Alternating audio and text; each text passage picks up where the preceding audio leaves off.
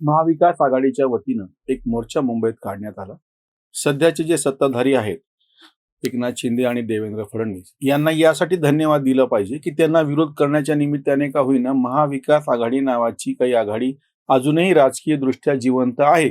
याचा पुरावा त्यांचे सगळे नेते मंचावरती एकत्र आले आणि कार्यकर्त्यांनी एकत्र येऊन प्रत्यक्ष मोर्चा काढून दिलं. म्हणजे खरं तर सत्ताधाऱ्यांनाच यांनी धन्यवाद द्यायला पाहिजे. महाविकास आघाडी नावाची कुठलीही गोष्ट 2019च्या विधानसभेच्या पूर्वी अस्तित्वात नव्हती.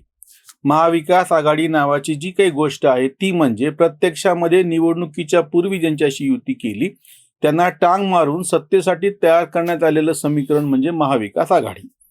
ह्या महाविकास आघाडीची सत्ता 5-5.5 महिन्यापूर्वी गेल्याच्या नंतर अपेक्षा अशी होती की या सगळ्यांनी मिळून सक्षम अशा विरोधी पक्षाची भूमिका निभावायला पाहिजे.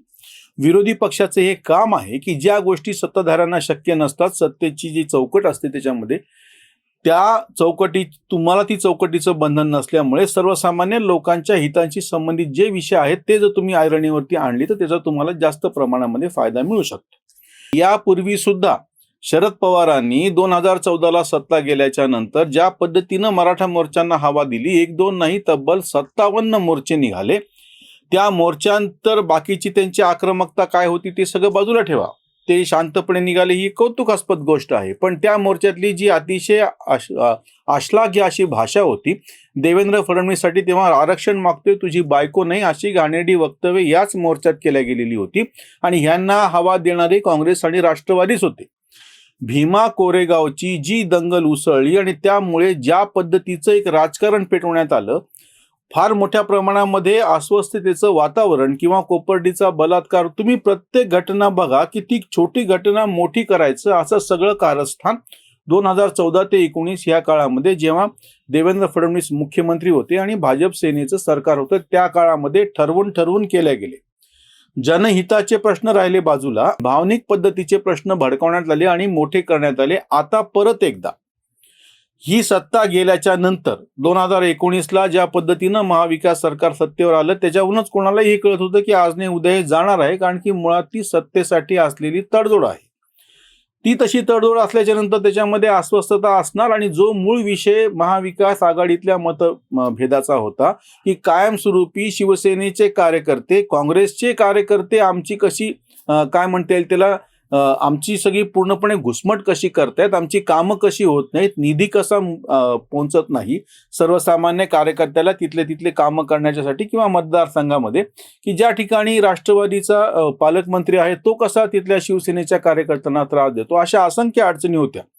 आंतरविरोधानी महाविकास आघाडी सरकार कोसळलं आणि त्याच्यातला एक मोठा घटक शिवसेनेतला एकनाथ शिंदे यांच्या नेतृत्वाखाली बाहेर पडला.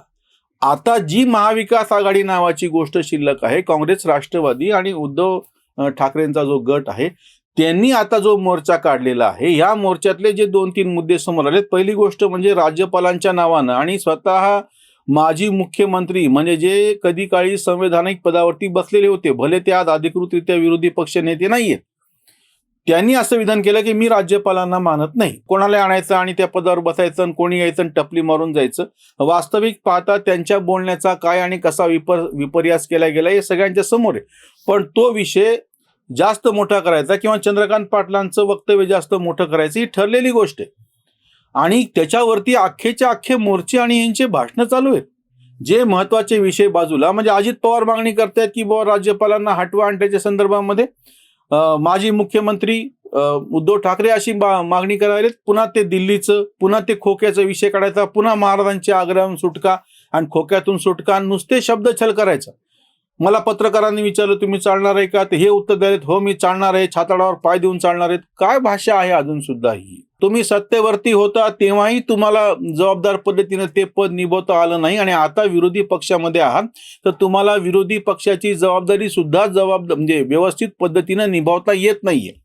हा जर मोर्चा तुम्ही 5-6 महिने झालेले आहेत या सरकारला, अजून अधिवेशन तोंडावरती आहे, अशा वेळी वेगवेगळे जनतेचे प्रश्न हाताशी घेऊन किंवा सरकारी कामकाजातल्या त्रुटी ओळखून असंख्य गोष्टीवरून सरकारला प्रत्यक्ष सभागृहामध्ये धारेवर धरायला पाहिजे. म्हणजे मुख्य मुद्दा इथे आहे. तुम्ही जर रस्त्यावरती मोर्चे काढणार असाल आणि त्याच्या अनुषंगानं म्हणजे काय सांगायचं की बाबा तुम्हाला निवडून यासाठी दिलेलं आहे की तुम्ही प्रत्यक्ष विधानमंडळाच्या पटलावरती जाऊन प्रत्यक्ष त्या कामकाजामध्ये भाग घेऊन सरकारला अडचणीमध्ये आणलं पाहिजे, सरकारला जनहिताच्या बाजूचे प्रश्न विचारले पाहिजे. हे एक अतिशय अवघड अशी गोष्ट होऊन बसलेली, केंद्रात असो किंवा आता राज्यामध्ये असो, विरोधी पक्ष त्याची जी भूमिका प्रत्यक्ष संसदेमध्ये विधिमंडळामध्ये निभवायला पाहिजे ती निभवत नाही. आणि कारण नसताना रस्त्यावरती, ज्याला हुल्लडबाजी आपण म्हणतोय किंवा बाकीच्या सगळ्या गोष्टी.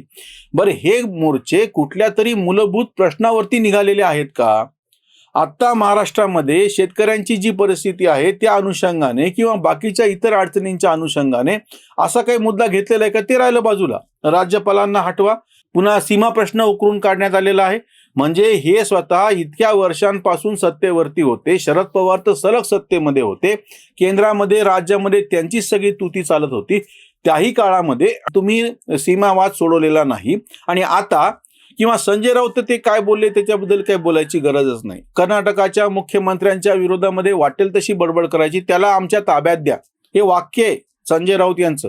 त्याला ताब्यात द्या म्हणजे तो काही कोणी असा रस्त्यावरचा माणूस आहे किंवा गुंड आहे, पाकिटमार आहे, त्याला पोलिसाला पकडता येत नाही म्हणून हे सांगतात की आम्हाला ताब्यात द्या? ही कुठली भाषा आहे? तुम्ही आत्ता सत्तेवरती होता, 5-6 महिने झाले तुमची सत्ता जाऊन. सत्ता कशी राबवायची, सत्तेचं कामकाज कसं चालतं हे सगळं तुम्हाला नीट माहिती आहे. आणि असं असतानाही तुमची आत्ताच लगे 5 महिन्यात सत्ता गेली की भाषा अशा पद्धतीची रस्त्यावरच्या पोरांसारखी व्हायला लागती. याला काय म्हणणार? म्हणजे तुम्ही सिद्ध काय करताय त्याच्यामधलं निदान त्यातल्या त्यात व्यवस्थित वक्तव्य तरी निदान काय म्हणता येईल त्यांना अजित पवारांनी केलेलं आहे. पण त्याच्यातही मुद्दा परत तोच चूक. तुम्ही ज्या राज्यपालांच्या विरोधामध्ये बोलताय त्या राज्यपालांच्या वाक्याचा किती विपर्यास करून बोलता आहात किंवा बाकीच्या महत्वाच्या गोष्टीकडे दुर्लक्ष करून तुम्ही नको त्या गोष्टीकडे कसं लक्ष देत आहात. म्हणजे किंवा आताचंही जे प्रकरण घडलेलं होतं कोबाद घांडी यांच्या पुस्तकाच्या बाबतीमध्ये, तेव्हा यांनी काय सांगितलं होतं, ही कशी लेखांची गळचेपी आहे. म्हणजे एकीकडं तुम्ही प्रत्यक्ष कलाकारांना त्यांच्या घरावरती कशी टाच आणली होती, पत्रकारांना उचलून तुम्ही तुरुंगात कसे घातलेलं होतं. इतकंच नाही, तुमचेच परमवीर सिंग सारखे अधिकारी आपण पत्रकार परिषदेमध्ये खोटं कसं बोललो हे सांगायला लागले तुमच्या दबावामध्ये. हे सगळं समोर असताना अजित पवार काय, संजय राऊत काय, उद्धव ठाकरे काय आणि शरद पवार काय भूमिका काय घ्यायला लागले जातात. तुम्ही मोर्चा काढतात, मोर्चाचे विषय पुन्हा फुले शाहू आंबेडकरांचा महाराष्ट्राचा अपमान सहन करणार नाही, पुन्हा सीमावाद, पुन्हा दिल्लीवरून खोके. आत्ता महाराष्ट्रामध्ये या उद्याचं मला वाटतं मतदान आहे, ग्रामपंचायतच्या निवडणुका चालू आहेत. अपेक्षा अशी होती की ह्या विरोधी पक्षांनी सक्षमपणे उभं राहून सत्ताधाऱ्यांच्या विरोधामध्ये प्रत्यक्ष निवडणुका लढवून त्यांचा पराभव करून दाखवायचा ना. आणि हे आता मोर्चे काढून त्याच्यातली भाषा कशी करतायत बघा. म्हणजे परत एकदा जी संधी तुमच्या समोर चालून आलेली आहे, एक पहिली संधी अशी आहे की आता विधानसभेचं अधिवेशन होऊ घातलेलं आहे, त्या अधिवेशनाची रणनीती अतिशय चोखपणे आखणे. आणि दुसरी जबाबदारी अशी होती की आता ज्या निवडणुका रविवारी होत आहेत त्या ग्रामपंचायतमध्ये सक्षमपणे विरोधी पक्षाला एकत्र सगळ्यांना मिळून उभं करणे सत्ताधाऱ्यांच्या विरोधात, जेणेकरून त्यांचा मतपेटीतून पराभव करताना झालेला दिसून येईल. पण तसं काही करताना विरोधी पक्ष दिसत नाही. ही त्याच्यावरची उसंतवाणी. सत्तातूर जंतू जाता यांच्या खुर्च्या, आठवतो मोर्चा ओळख आहे. सत्ता पद जाता हातून मंगल, आठवे दंगल कोरेगाव. सात्विक संताप उसळतो फार, दिसे बलात्कार जागजागी. आठवते यांना तीच महागाई, आंदोलन घाई तिच्यासाठी. सामान्य जनता येतो कळवळा, फिरवला बोळा ज्यांच्यावर. यथेच्छ भोगली जाताच ती सत्ता, आठवतो पत्ता जनहित. कांत फिरविते खुर्ची गरगरा, कांत फिरविते खुर्ची गरागरा, ओळखाही तऱ्हा राजकीय, ओळखाही तऱ्हा राजकीय. लक्षात असे येत आहे की सत्ता गेल्याच्या नंतरची जी अस्वस्थता आहे त्याच्यामधून हे मोर्चे आणि बाकीच्या गोष्टी समोर येत आहेत. प्रत्यक्षामध्ये ह्याच्यामध्ये काही जनहित आहे, काही अतिशय महत्वाचे मुद्दे समोर आणलेले आहेत किंवा एक सक्षम असा विरोधी पक्ष म्हणून आपल्याला भूमिका निभवायची आहे, असं काहीही समोर आणताना विरोधी पक्ष दिसत नाहीये. आता विधानसभेचं अधिवेशन तोंडावरती आहेत. बघूयात प्रत्यक्ष विधिमंडळाच्या पटलावरती काय आणि कशा पद्धतीची चमक विरोधी पक्ष जनहिताची बाजू लावतायत असं दिसून येईल. बघूयात. इथेच थांबूयात. धन्यवाद.